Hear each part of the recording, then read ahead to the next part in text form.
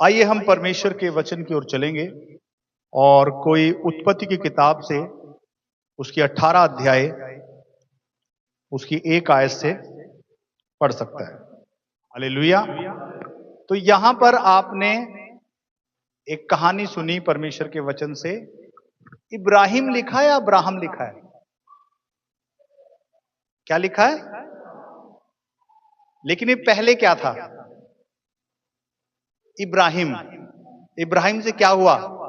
Abram.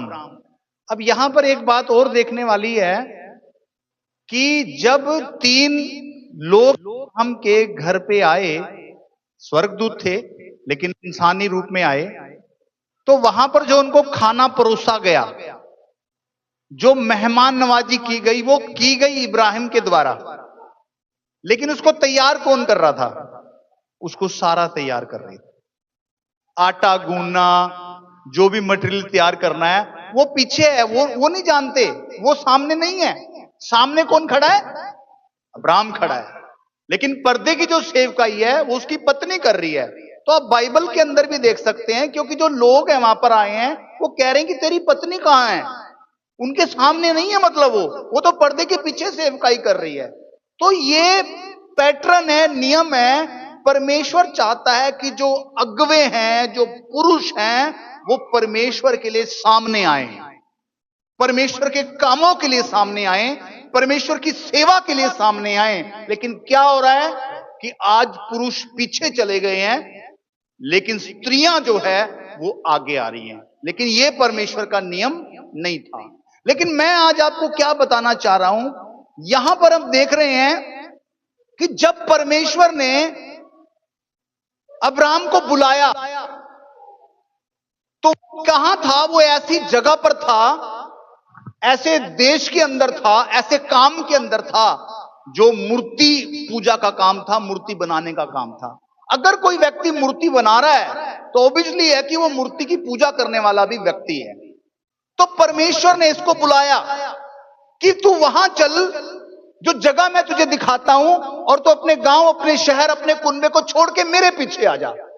और Abraham जो है, बिना जाने कि वो कहां जा रहा है, कहां परमेश्वर उसको लेकर जाएगा, वो चल पड़ा।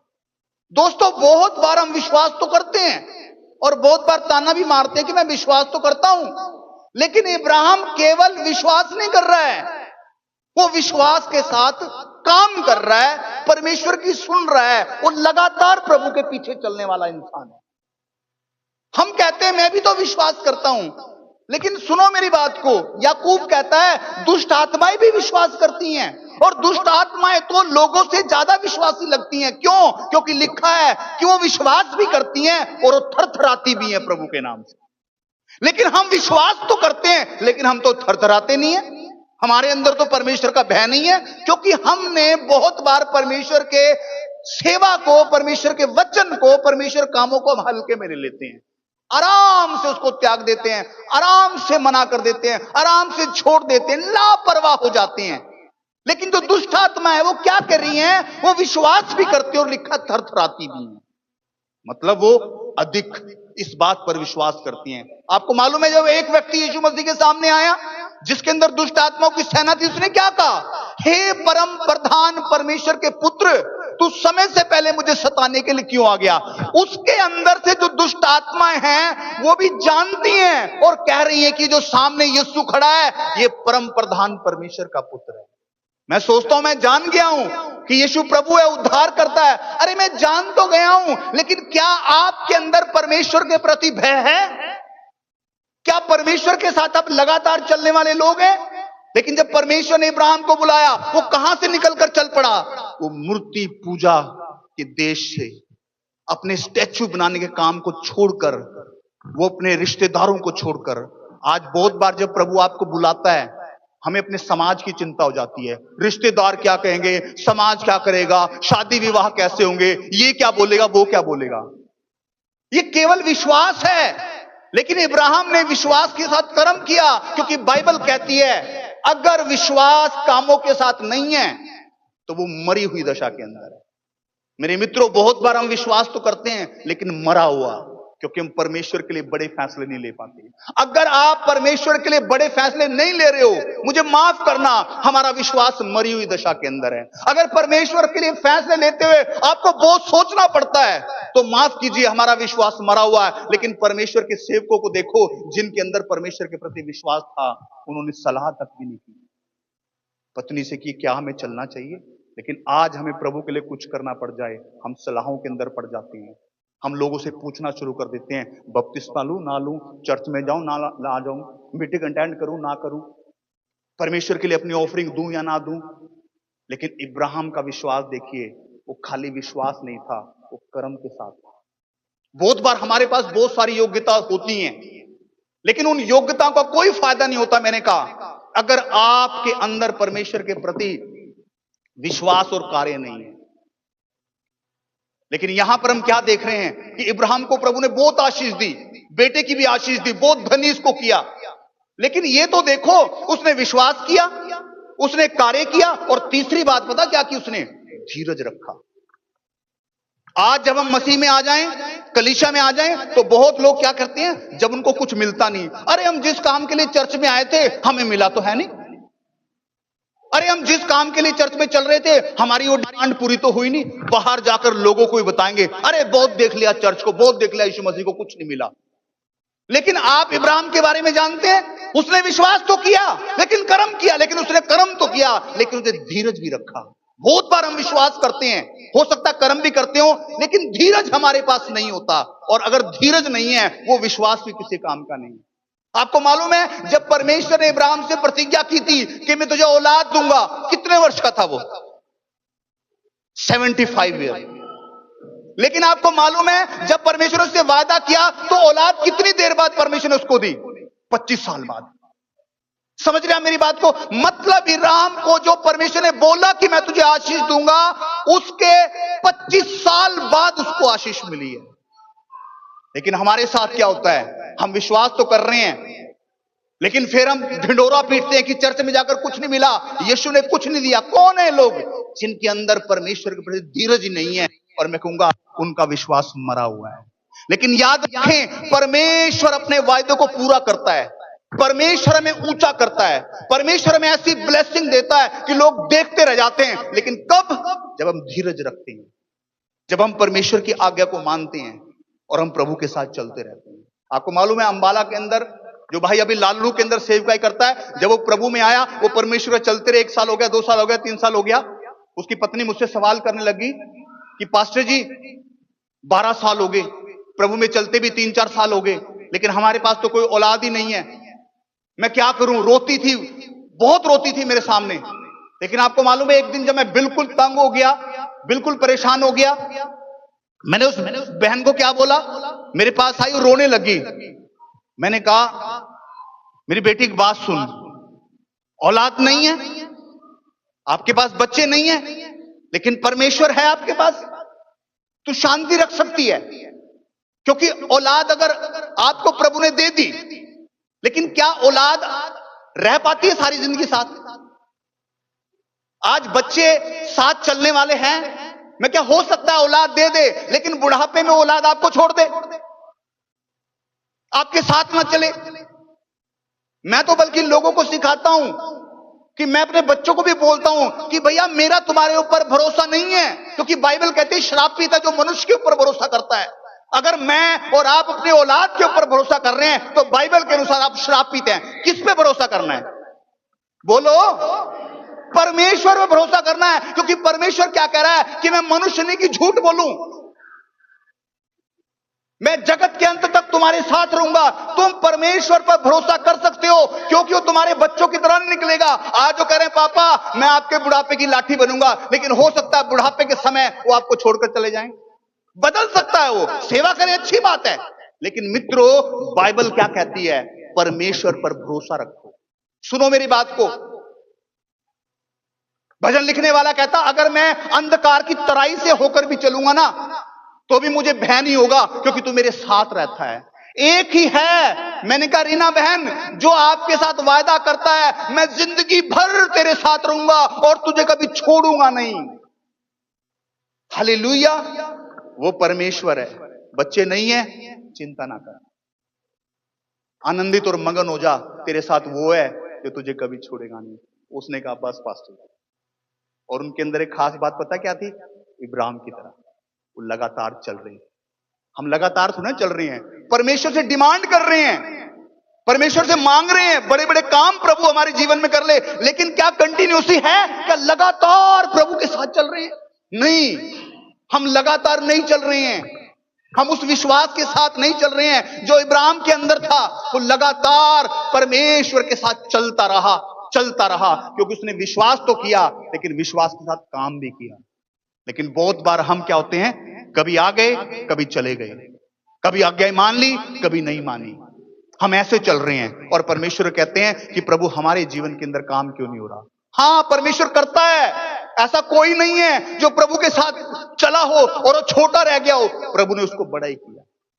चेलों ने एक दिन यीशु मसीह के पास आकर कहा, प्रभु हमने अपने जाल, अपनी किश्तियां, अपने भाई बहन सब कुछ तेरे लिए छोड़ दे, क्योंकि घबरा गए थे हो यार, हमने सब कुछ छोड़ दिया, प्रभु के पीछे चलने के लिए हमें क्या मिलेगा,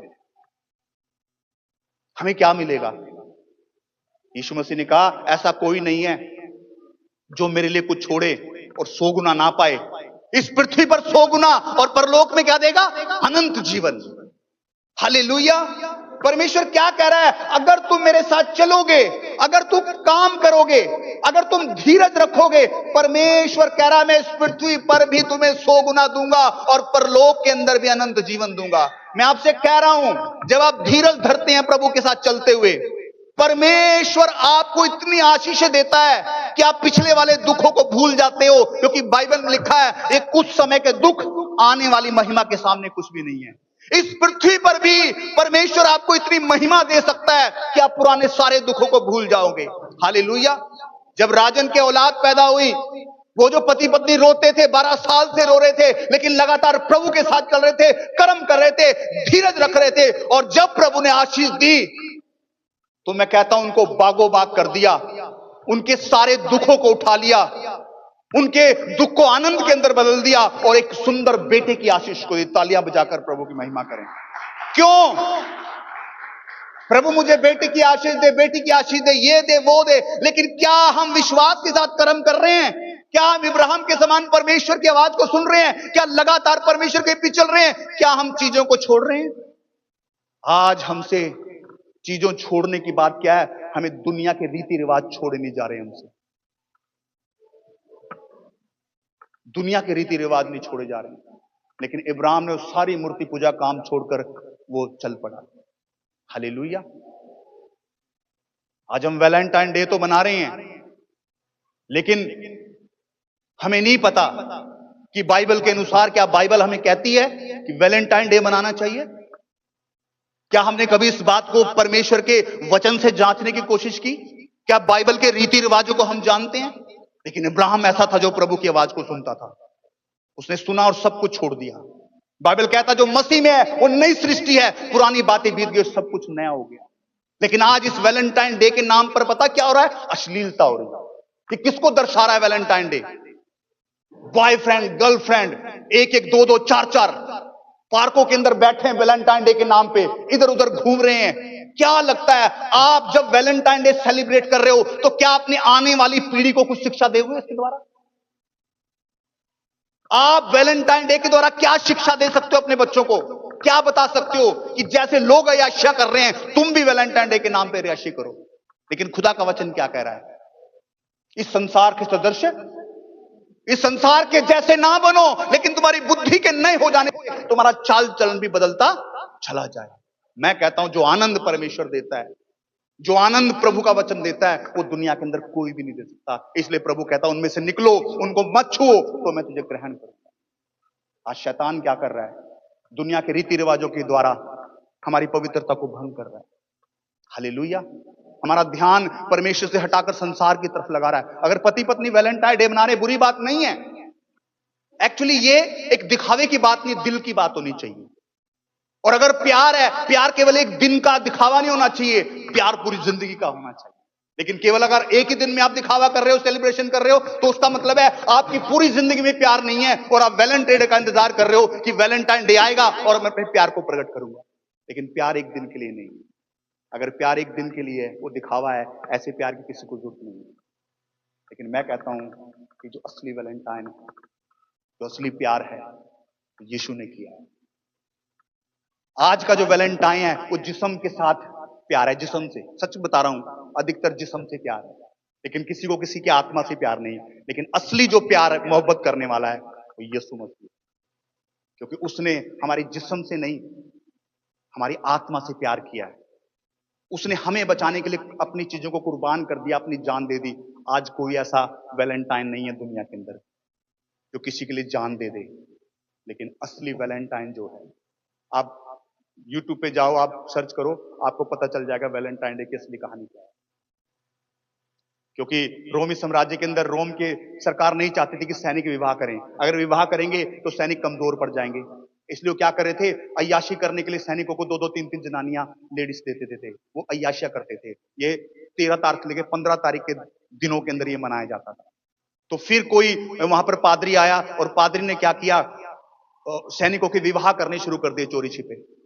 अब जब पता लगा कि वो ऐसा कर रहा है, तो रोम ने क्या किया, उस पादरी को फांसी चढ़ा दिया। 14 तारीख का दिन था। लेकिन इसकी शुरुआत कहां से हुई है? हालेलुया।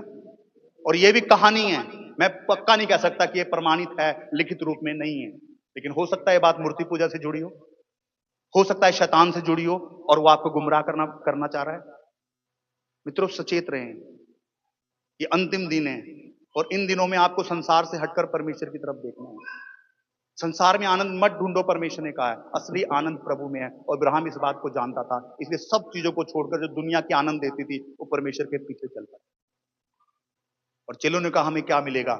यीशु ने कहा, अगर तू लगातार मेरे साथ चल रहा है, अगर तू विश्वास के साथ कार्य कर रहा है और धीरज रख रहा है, तो मैं तुझे इनाम दूंगा, और इतना बड़ा इनाम दूंगा तो अपने पुराने दुखों को भूल जाएगा। आज श्री ने कहा, वहां ढोल बजे हैं, बिल्कुल लोगों ने देखा उस गवाही को। आसपास के सब लोग उनकी नाम धराई करते थे, कहते थे, ले प्रभु में भी चल रहे हैं, लेकिन औलाद तो तुम्हारे पास है नहीं, क्या दिया प्रभु ने? लेकिन वो चल रहे थे। आज लोगों के ताने सुन के हम कहते नहीं पादरी साहब मैं चर्च नहीं आऊंगा, क्योंकि लोग कहते हैं चर्च में जाके तुझे क्या मिला। लेकिन क्या तुमने धीरज रखा? क्या तुमने परमेश्वर के साथ काम किया? क्या तुम लगातार चल रहे थे? तब तुम कह सकते हो परमेश्वर ने कुछ नहीं दिया। इब्राहिम लगातार चल रहा, और वहां ढोल बजे, एक सुंदर बेटे की आशीष परमेश्वर ने दी। मैंने बोला सब लोगों को, राजन भाई लगातार चले हैं, उन्होंने कर्म किया और धीरज रखा कि प्रभु औलाद भी नहीं मिले ना, मैं फिर भी तेरे साथ चलूंगा, क्योंकि तू ऐसा परमेश्वर है जो मुझे कभी नहीं छोड़ेगा। तालियां बजाकर प्रभु को महिमा। तो आज मैं चुनौती दे रहा हूं आप सबको, अगर सच में हम किसी डिमांड को लेकर चर्च में आए हैं, कोई ऐसा काम है जो हमारी लाइफ के अंदर नहीं हो रहा है, मित्रों याद रखें, विश्वास अकेला काफी नहीं है। वो दुष्ट आत्माएं भी करती हैं, थरथराती हैं, लेकिन जरूर विश्वास के साथ कर्म भी करें। कर्म क्या है? जब आप परमेश्वर के साथ चलते हैं और साथ साथ धीरज रखें, और धीरज का परमेश्वर क्या करता है? हमें बड़ा इनाम देता है। रमन भाई को देख लीजिए, हालेलुया। कितना समय हो गया आपको प्रभु के साथ? 1 साल 3 महीने हो गए, लेकिन बार बार इनको हार मिली, बार बार हार मिली। ये भाई भी मुझे कह रहा था कि पासी जी प्रार्थना करो, लेकिन विश्वास के साथ ये कर्म कर रहा है, विश्वास के साथ धीरज भी रख रहा है। हां प्रभु करेगा, पासी जी परमेश्वर करेगा, चल रहा है। लेकिन वो दिन आ गया, हालेलुया, वो दिन आ गया, सच में वो दिन आ गया, हालेलुया। क्या आप आजाद हो? जोरदार ताली बजाओ प्रभु के लिए। हाँ, परमेश्वर है। मैंने एक बात बोली है, मैंने बात बोली है रमन को, मैं कहा चिंता ना कर, अभी और कुछ बाकी भी है। अभी तो आजाद हुआ, लेकिन और कुछ बाकी है। एक क्या बाकी है? मैं कहा परमेश्वर पता क्या कहता है? परमेश्वर कहता है मैं तेरे विरोधियों के सामने तेरी मेज को भी तो लगाऊंगा। कब लगती है मेज? जब आप ऊंचे होते हो। कब विरोधियों के सामने मेज लगती है? जब उनको पता लगता है तुम्हारा परमेश्वर कितना महान है और उस बंदे को परमेश्वर ने कितना ऊंचा कर दिया, तब उसको कहते हैं मेज लगाना। अभी वो मेज लगनी बाकी है, क्योंकि परमेश्वर उन्हें लज्जित करेगा और अपनी शक्ति को प्रकट करेगा। हालेलुया। जो चला गया उससे कई गुना परमेश्वर वापस लाने की ताकत रखता है। विश्वास करें, मेरा परमेश्वर महान है और उसके लिए सब कुछ संभव है, लेकिन जरूरत है उस विश्वास की, जिसे याकूब कहता है कि अगर विश्वास कर्म के साथ नहीं है तो मरी हुई दशा के अंदर है। जरूरत है उस विश्वास की जो धीरज भी रखता है और इब्राहिम के समान परमेश्वर लगातार चलता है, और जब आशीष मिलती है, याद रखें बाइबल लिखा मलाकी की किताब में कि जब परमेश्वर आशीष देता है ना, उसका आशीष देने का तरीका सुन लो। उसकी आशीष बूंद बूंद वाली नहीं है। मलाकी कहता है वो आकाश के झरोखे खोलकर तुम्हारे ऊपर अपरंपार आशीष की बारिश करेगा। ये तरीका है जो धीरज रखते हैं। बाइबल के करैक्टर्स को पढ़ो, उनकी लाइफ को पढ़ो कि कैसे प्रभु ने उनकी लाइफ में बारिश की है। हालेलुया। उसके पास सारे खजाने हैं, उसके पास किसी बात की कमी नहीं है। वो कहता है मुझे कुछ नहीं चाहिए, मुझे चाहिए होगा तो मैं खुद ले लूंगा, लेकिन वो देना चाहता है, वो देना चाहता है, वो देने वाला परमेश्वर है। हालेलुया। लेकिन जरूरत है विश्वास की। आइए हम दुआ करें, जगहों पर खड़े हो जाएं। Thank you Jesus, thank you Jesus. एक भजन गाएंगे हम लोग। हालेलुया। मेरे साथ सब मिलकर इस भजन को गाएंगे। Thank you Jesus. आत्मा में होकर भजन गाएं। और देखो एक बात, मैं यहां बैठा था तो मुझे याद आई, कहता जो काम विश्वास से नहीं ना वो पाप है। अगर आप ताली बजा रहे हो आपको विश्वास होना चाहिए, आप भजन गा रहे हो आपको विश्वास होना चाहिए, आप प्रभु के पीछे चल रहे हो आपको विश्वास होना चाहिए कि जिसके लिए मैं कर रहा हूं ना सब कुछ, वो प्रतिफल देता है। और वो क्या कहता, मसीह में किया गया कोई काम व्यर्थ नहीं जाएगा। जितनी देर भी आप बैठे हो ना प्रभु के साथ, वो सब कुछ चुका देगा आपका। वो कर्जदार नहीं है। जितने आंसू बहाए हैं, जितनी आपने ऑफरिंग दी है, कुछ भी किया है ना, मैं देख रहा हूं परमेश्वर को कि मैं जो कुछ भी करता रहा हूं प्रभु के लिए, वो लौटा रहा है, वो लौटा रहा है, वो सब कुछ लौटाएगा। वो परमेश्वर है। इसलिए परमेश्वर के साथ इब्राहिम के समान चलना सीख लो। आशीष आपकी है, ब्लेसिंग आपकी है, कोई आपको उससे महरूम नहीं कर सकता। लेकिन विश्वास, उसका कर्म, उसके साथ धीरज रखो, बड़े कामों को प्रकट करेगा। Hallelujah, praise the Lord. दुआ में क्या नहीं मिलता, मांगो तो क्या नहीं मिलता। खुदा ने बहुत से वायदे किए हैं अपने लोगों से। याद रखें आप मसीह के हो, आप मसीह के हो और उसने अपने लहू से आपको खरीदा है। आप इस संसार के नहीं हो। याद रखो वो सारे वायदे आपके लिए हैं, संसार के लिए नहीं है। वो कहता है मैं तुझे पूंछ नहीं सर बनाऊंगा। ओ दुनिया की जातियां तुझसे उधार लेगी पर तू उधार ना लेगा। ये वायदे आप ही के लिए हैं। गौर करें। दुआ में क्या नहीं मिलता, मांगो तो क्या नहीं मिलता। दुआ में क्या नहीं मिलता, मांगो तो क्या नहीं मिलता। खुदा ने बहुत से वायदे किए हैं अपने लोगों से। खुदा ने बहुत से वायदे किए हैं अपने लोगों से। दुआ में क्या नहीं मिलता, मांगो तो क्या नहीं मिलता। मैंने कहा था ना कि जो काम विश्वास के साथ नहीं वो पाप है।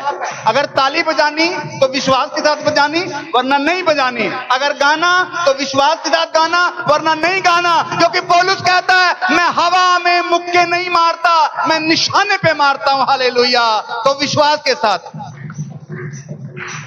दुआ में क्या नहीं मिलता, मांगो तो क्या नहीं मिलता।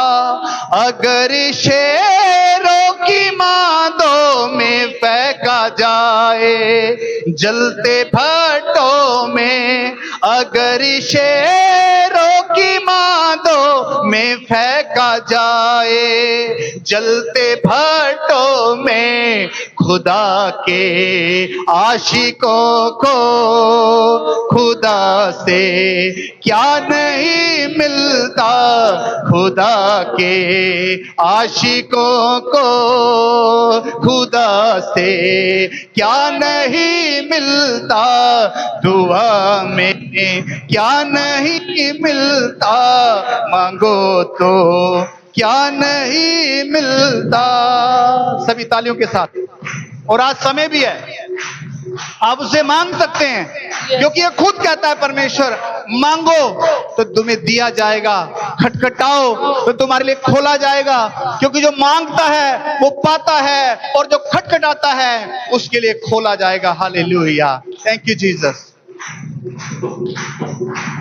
उम्मीदों का चमन गर सूख जाए, जलती धूपों में उम्मीदों का चमन गर सूख जाए, जलती धूपों में खुदा की बारिशों से खुदा में क्या नहीं मिलता, खुदा की बारिशों से खुदा में क्या नहीं मिलता, दुआ में क्या नहीं मिलता, मांगो तो क्या नहीं मिलता, दुआ में क्या नहीं मिलता, मांगो तो क्या नहीं मिलता, दुआ में क्या नहीं मिलता,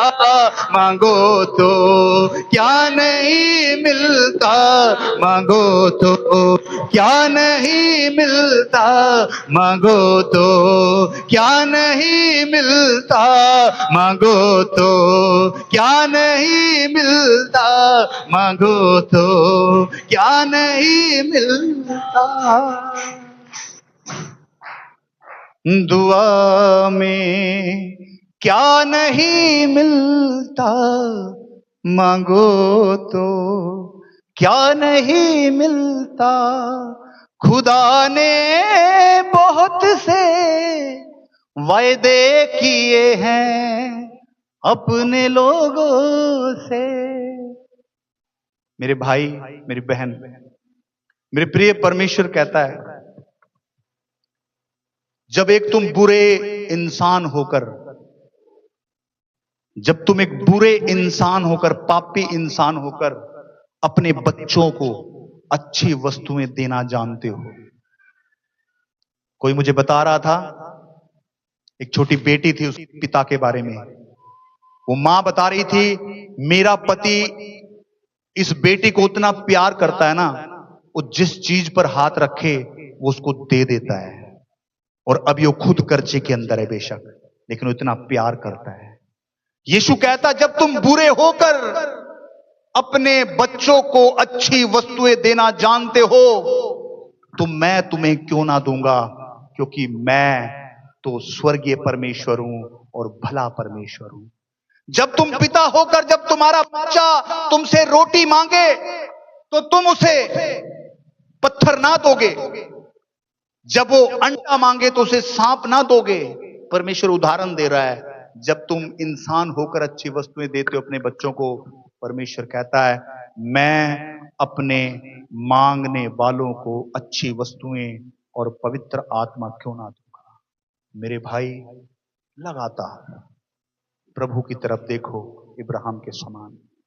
आज जो भी सूखापन आपकी जिंदगी में है, मैं कह रहा हूं, जब वो खुदावंद की बारिशें आपकी लाइफ में शुरू हो जाएंगी, ओ मैं कहता हूं, आप आशीषों की बाढ़ को देख सकते हो। मैं कह रहा हूं आपसे, वो परमेश्वर है, वो आग के भट्टों को भी उसने ठंडा कर दिया, उसने शेरों के मुंह को भी बंद कर दिया अपने लोगों के लिए, और ये सारे वायदे आप लोगों के लिए है। इसलिए मेरी बहन, अगर कोई भी चिंता, निराशा, कोई भी ऐसा काम है, अड़चन आपकी लाइफ के अंदर है, भरोसा रखो, विश्वास रखो, प्रभु के साथ काम करो, और साथ में इब्राहिम के समान धीरज रखो। एक दिन प्रभु ने रखा है, एक दिन प्रभु ने रखा है, और जब वो आशीषें दोगे, उन सालों के दुख को वो भुला देगा। वो ऐसे आपको बरकत देगा। मैं कह रहा हूं, वो भुला देगा, सब तकलीफों को भुला देगा। वो ऐसी ब्लेसिंग को देने वाला परमेश्वर है। धन्यवाद करते प्रभु जी। एक एक जन पर तेरा आशीर्वाद दे प्रभु। आज छुटकारे का दिन हो इनके लिए प्रभु। आज चंगाई का दिन हो इनके लिए प्रभु। आज बेदारी का दिन हो खुदावंद। इनके बिजनेस में, इनके हाथों के काम में, इनकी नौकरी के अंदर खुदावंद ये तेरी भरपूरी को देखने पाए यीशु के नाम से। ओ प्रभु, ये नीचे की ओर ना आए, बल्कि उठते चले जाएं यीशु के समर्थी नाम से। ओ खुदावंद, इनका हिस्सा आंसू नहीं है, इनका हिस्सा आनंद और खुशी है। अगर किसी की लाइफ में आंसू हैं, वो खुदावंद तेरी आशीष में, तेरे आनंद में बदल दे मेरे राजा यीशु मसीह। ओ खुदावंद, बंधनों को तोड़, इनके घरों से, इनके बच्चों से। ओ खुदावंद, हर एक बंधन टूट जाए, अंधेरा इनकी लाइफ से, अंधेरा इनके घर से चला जाए, और तेरी रोशनी इनके घरों में, इनकी जिंदगी में चमकने पाए। ओ खुदावंद, ये लोग उस घर के समान हो जाएं जो चट्टान पर होता है, जो सबको नजर आता है। खुदावंद, इनकी जिंदगी, इनकी ब्लेसिंग को लोग देखने पाए। यीशु के समर्थी नाम से मैं प्रार्थना करता हूँ। ओ धन्यवाद परमेश्वर, आपकी आशीष के लिए सारी महिमा आपको देते हैं।